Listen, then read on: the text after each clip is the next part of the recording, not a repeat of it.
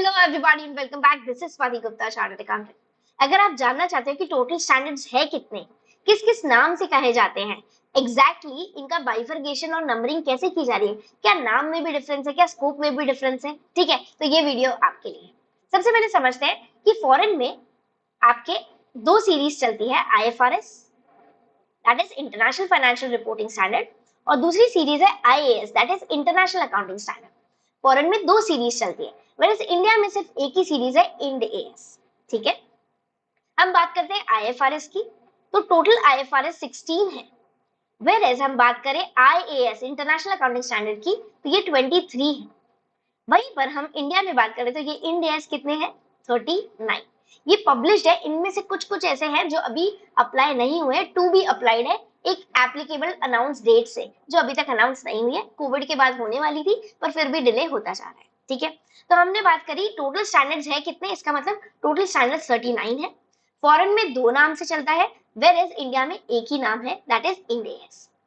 ठीक है, अब हम इसकी नंबरिंग की तरफ चलते हैं।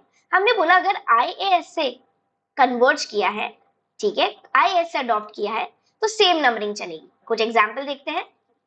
IAS 1 है तो इंड AS भी 1 है, IAS 2 है इंड AS भी 2 है, IAS 7 है तो इंड AS भी 7 है, सेम नंबरिंग चलेगी। वेयरएज अगर इंड AS को IFRS से कन्वर्ज किया है, IFRS से अडॉप्ट किया है, तो आप इसको बोलते हैं 100 प्लस की नंबरिंग में काउंटिंग करी गई है, इसको मेंशन किया गया है। जैसे कि IFRS 1 है तो इंड AS में 100 प्लस की series that is Ind AS 101। For example IFRS 2 है तो यहाँ पर कहा जाएगा इंड AS 102। ठीक है, तो इस तरीके से 16 IFRS है, 23 IAS है और टोटल मिलाकर 39 स्टैंडर्ड्स है। आप देख सकते हैं ये पूरी लिस्ट है। ठीक है, अब आपको ऐसा समझने के लिए कई बार मेरे पास क्वेश्चंस आते हैं कि अरे इनको किस सीक्वेंस में पढ़े, किस तरीके से पढ़े। ठीक है, तो दो तरीके हैं। आप क्या कर सकते हैं, सबसे पहले तो आप डिस्क्रिप्शन बॉक्स में जाइए और ऐप डाउनलोड करें। ये ऐप प्ले स्टोर पर भी चलती है और आपके ऐप स्टोर पर भी अवेलेबल है। प्ले स्टोर पर स्टे अहेड नाम से है, जबकि ऐप स्टोर पर आपको ये क्लास प्लस के नाम से मिलती है। अब क्लास प्लस के नाम से आपको ORG कोड पूछा जाता है तो आपको लिखना है HSGGO, HSGGO। ठीक है, ये अपना ऑर्गेनाइजेशन कोड है, आपको ये ऐप का एक्सेस मिल जाएगा। ठीक है, आपको अपने बेसिक नंबर से OTP से रजिस्टर करना है। ठीक है, ये ऐप का लिंक कहाँ पे, डिस्क्रिप्शन बॉक्स में। ये दोनों ही प्ले स्टोर और ऐप स्टोर दोनों पे अवेलेबल है। अब वहां पर आप जब फ्री कंटेंट पे जाएंगे तो आपको ये लिस्ट ऑफ स्टैंडर्ड्स मिल जाएंगे, आप आराम से डाउनलोड भी कर सकते हैं, अपने पास सेव कर सकते हैं, रेफर कर सकते हैं आपको जब भी जरूरत पड़े। जबकि अगर आप चाहते हैं कि बाकी वीडियोस के आपको PDF मिल जाए, या फिर आपको लगता है कि नहीं यार ये सबको मेरे को सिंप्लीफाइड नोट्स एक जगह पे मिल जाए, तो हम आप स्टोर पर जाएंगे, वहां पर एक सेपरेट कोर्स बना रखा है जहां पर PDF नोट्स अवेलेबल है। ये डाउनलोड भी हो सकते हैं, आप फर्स्ट दिन परचेज कर आप अपने पास में डाउनलोड कर रख सकते हैं, प्रिंट कर सकते हैं।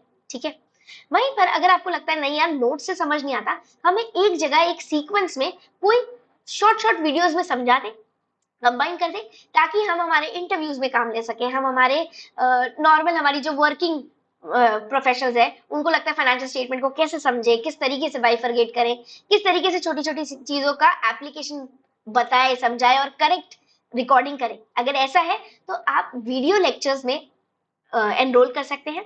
वो स्पेसिफिकली प्रोफेशनल्स के लिए हिंदी और इंग्लिश सेपरेट सेपरेट कोर्सेज हैं। ठीक है, इसमें लगभग 23 चैप्टर्स में डिवाइडेड है, जिसमें हम सारे IFRS और इंड AS कवर करेंगे। आपको वहां पे समझाया जाएगा, ऑलमोस्ट 95% सेम है, 2 से 5% का जो डिफरेंस है उसे हम काव्स कहते हैं। सेपरेट एक टॉप 10 इंपॉर्टेंट काव्स की आपको वीडियो दी जाएगी और आपको PDF नोट दिया जाएगा, जिसमें आपने चाहे IFRS पढ़ा हो चाहे इंड AS पढ़ा हो, आप दोनों को ही अप्लाई कर सकते हैं जरूरत अनुसार। ठीक है, अब IFRS का स्कोप है या इंड AS का स्कोप ज्यादा है। देखो, अगर आप इंडियन कंपनीज से डील कर रहे हो तो आपको इंड AS ज्यादा इंपॉर्टेंट है। वेयर अगर आपका काम ऑफशोर जाकर है, मतलब फॉरेन कंट्रीज में जाकर है, या फिर आपका काम MNC से डील करना है, आप इंडिया में बैठे हो आराम से वर्क फ्रॉम होम कर रहे हो, या फिर कोई कंपनी में जाते हो पर आपका काम किससे पड़ता है, मल्टीनेशनल कंपनी से पड़ता है, तो वो लोग फिर IFRS अप्लाई करते हैं। ठीक है, अगर US की कंपनी है तो उसके लिए आपको सेपरेट पढ़ाई करनी पड़ेगी, that is US GAAP। Okay, वो अलग है, पर IFRS इंड AS एक तरीके से एक साथ पढ़ा जा सकता है। अब देखो, पढ़ना समझना एक बात है और उसका सर्टिफिकेशन लेना अलग बात है। तो अगर आप फिर भी चाहते हैं कि आपको अपना रेज्यूमे अपग्रेड करना है, तो आप क्या कर सकते हैं, आप सर्टिफिकेशन की तरफ जा सकते हैं। आईएफआरएस में सर्टिफिकेशन लेना है तो डिप्लोमा इन आईएफआरएस होता है एसीसीए से।